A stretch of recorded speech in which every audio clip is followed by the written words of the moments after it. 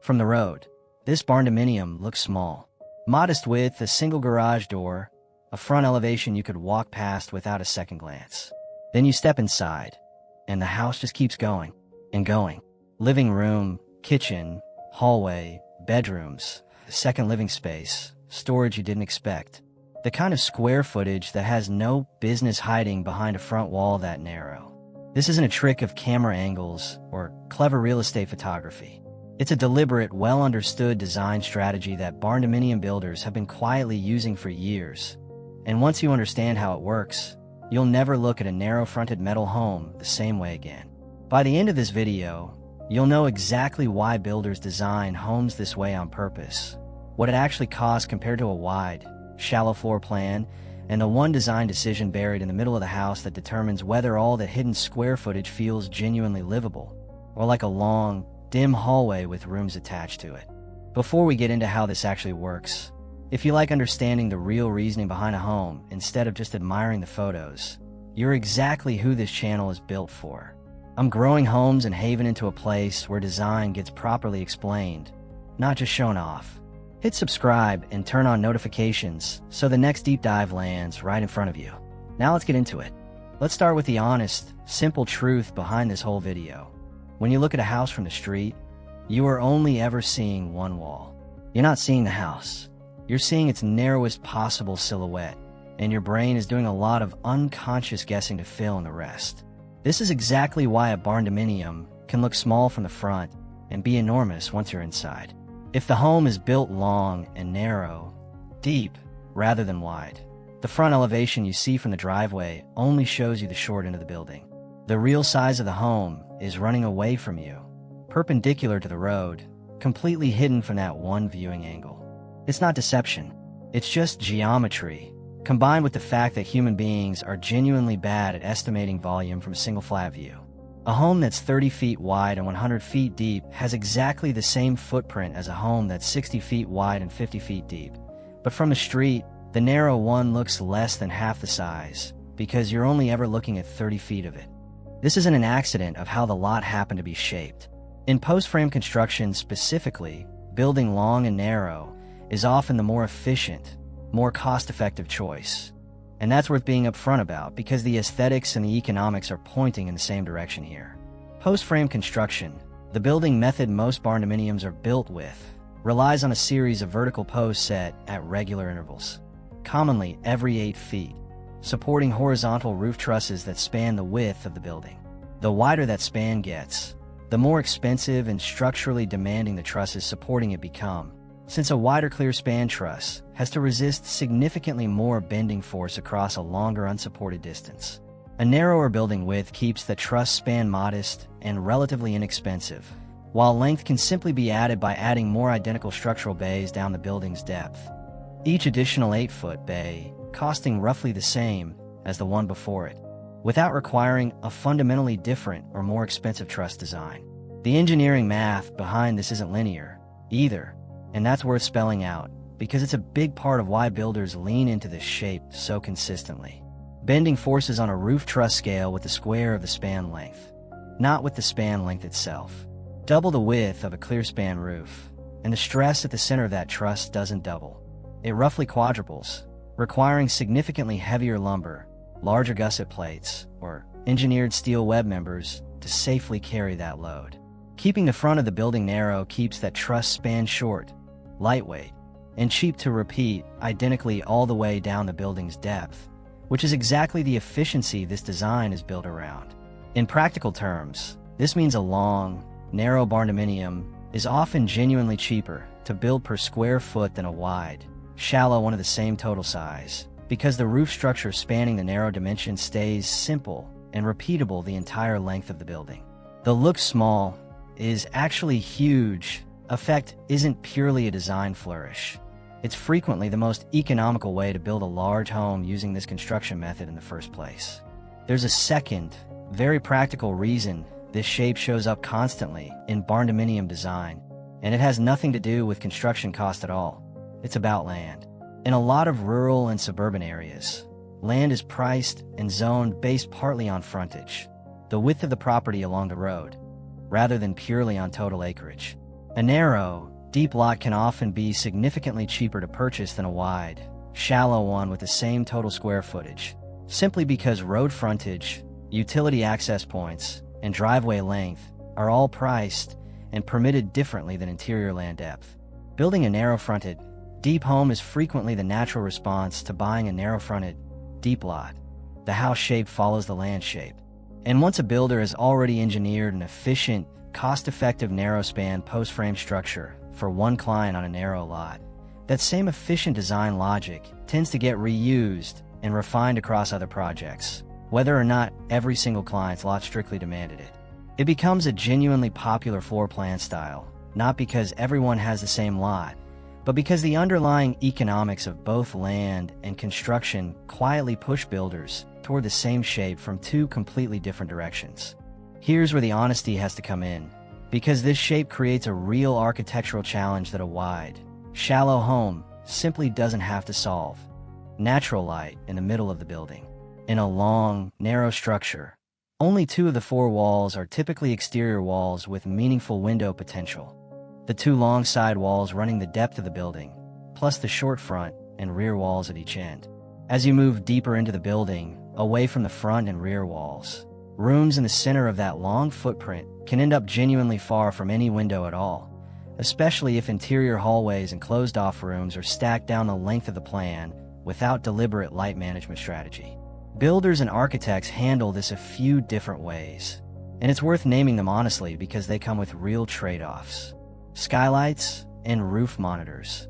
A raised section of roof running down the building's spine with windows on the vertical sides can pull daylight into the center of a long floor plan from above, since the ceiling is often the only surface in the middle of the house that has any exposure to the sky at all. Open floor plans, where the kitchen, living, and dining areas are combined into one continuous volume rather than separated by walls, let light that enters through the end walls travel further into the building than it could if it had to pass through multiple closed doorways. And strategically placed interior windows or glass doors between rooms, borrowing light from one space to help illuminate an adjacent one, are a smaller scale version of the same idea. Orientation matters enormously here too, and it's a detail that separates a genuinely comfortable roof monitor from one that quietly makes the house harder to live in. Direct overhead sunlight through a skylight or monitor doesn't just bring light.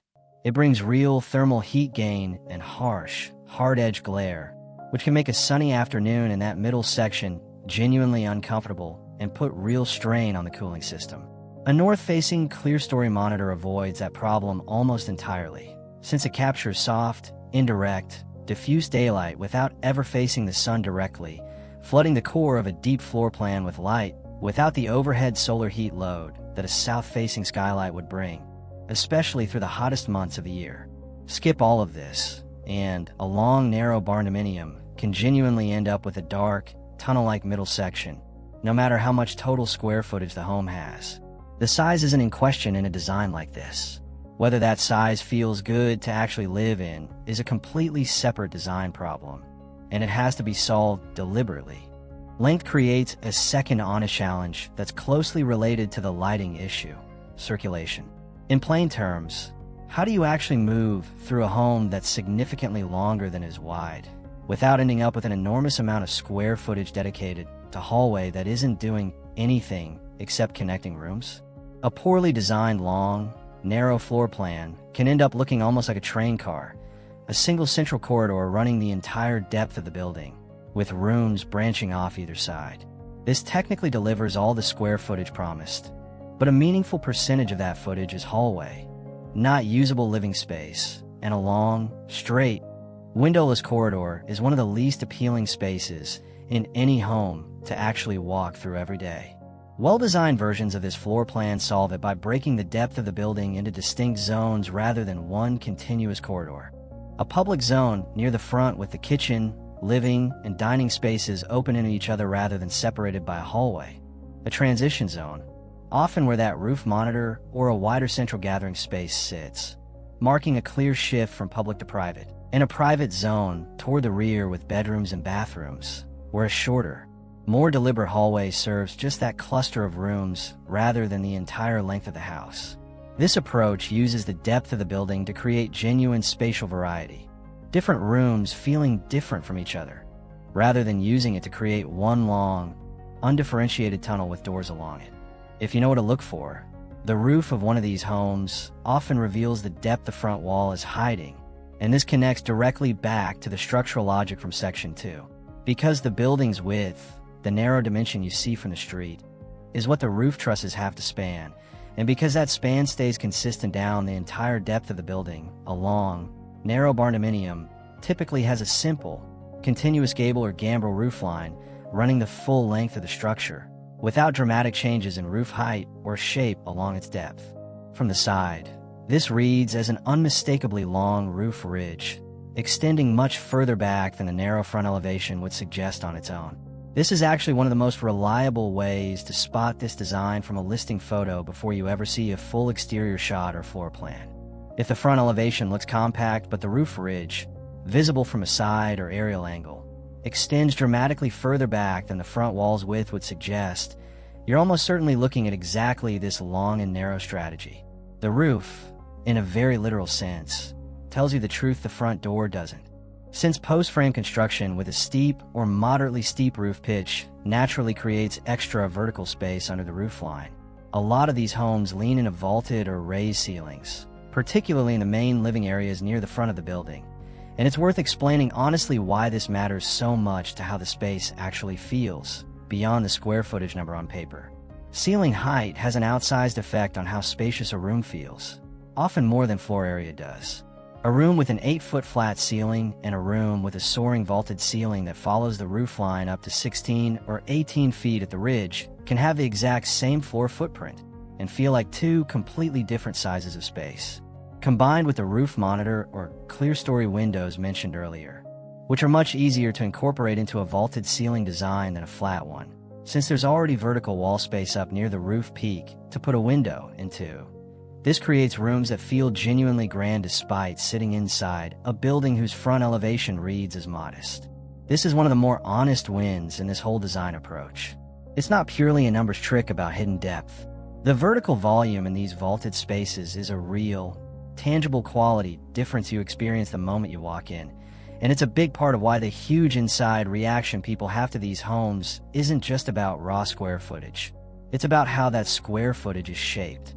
This is a detail that rarely makes it into a walkthrough video, but it matters enormously to how comfortable the home actually is to live in day to day, and it's worth being straightforward about it. A long, narrow building creates longer duct runs and longer plumbing and electrical runs than a more compact footprint of the same total square footage would need, simply because everything has to travel further from a central mechanical room to reach the far end of the building. Longer duct runs mean more friction loss in the ductwork, which can translate into weaker airflow, and less even temperature control at the far end of the home if the HVAC system isn't sized and designed specifically to account for that added distance.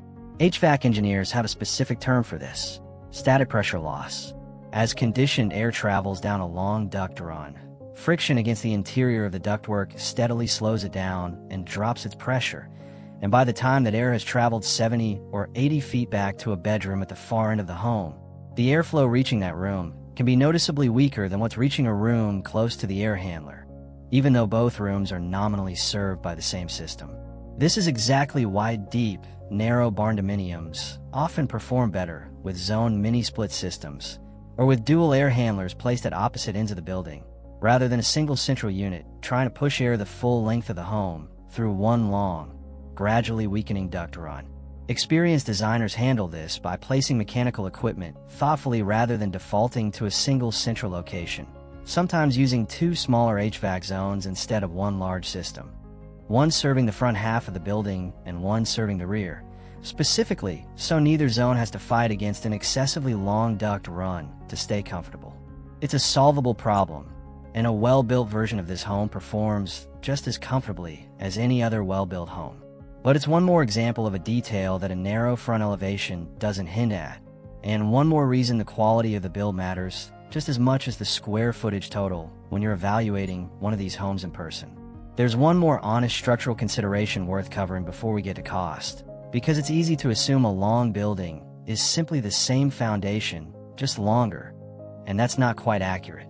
A long, narrow footprint has significantly more perimeter foundation wall relative to its total enclosed area than a more square or compact footprint of the same square footage, since perimeter grows linearly with length, while area grows with length times width. More linear feet of footing and foundation wall means more excavation, more concrete, and more foundation labor for the same total floor area, which works against some of the framing savings discussed earlier, and it's worth being upfront that the two effects partially offset each other rather than the shape being a pure win in every cost category. Grading and drainage also become a more involved consideration on a long, narrow lot, since water has to be managed correctly along the entire length of both long sidewalls rather than just around a more compact perimeter. A poorly graded long building can end up with water pooling against the foundation somewhere along that extended run if the site wasn't sloped correctly during excavation, which is a completely solvable problem with proper site work, but it's one more line item that a compact, square footprint simply is less of by virtue of having less total foundation perimeter to manage in the first place. Let's talk honestly about the financial picture, in relative rather than absolute terms, since real costs shift significantly with region, labor market, and finish level. As covered earlier, the narrow span, repeatable base structure of a long barndominium is often genuinely cheaper to frame per square foot than an equivalent wide, shallow footprint, because the roof trusses stay simple and consistent regardless of how much length gets added. Where costs can climb back up, though, isn't exactly the areas we've just walked through: additional skylights or a roof monitor system to manage interior daylight, more sophisticated HVAC zoning and longer duct and plumbing runs, and more careful interior architectural planning to avoid the train car hallway problem, all of which add engineering and finishing costs that a simpler, more compact floor plan wouldn't necessarily require. The honest financial summary is that the framing itself tends to be more efficient, but a genuinely well-executed version of this design reinvests some of that framing savings into the daylighting, ceiling volume, and mechanical planning that keep the deep middle of the house from feeling like an afterthought. A cheaply executed version skips those details to maximize the savings. And that's exactly the version that ends up with the dark hallway and uneven comfort problems this design is capable of, but doesn't have to have. If you're seriously considering a home built with this strategy, whether new construction or an existing listing, there are a few specific things worth checking beyond just the total square footage number. And being direct about these will save you a lot of surprise later. Ask how daylight reaches the center of the floor plan specifically. And if the answer is vague, walk through that middle section yourself at midday before you commit to anything, since a floor plan drawing can't tell you how a space actually feels to stand in. Ask whether the HVAC system is zoned, and if it's a single system, ask specifically how the design accounts for the added duct run length to the far end of the building.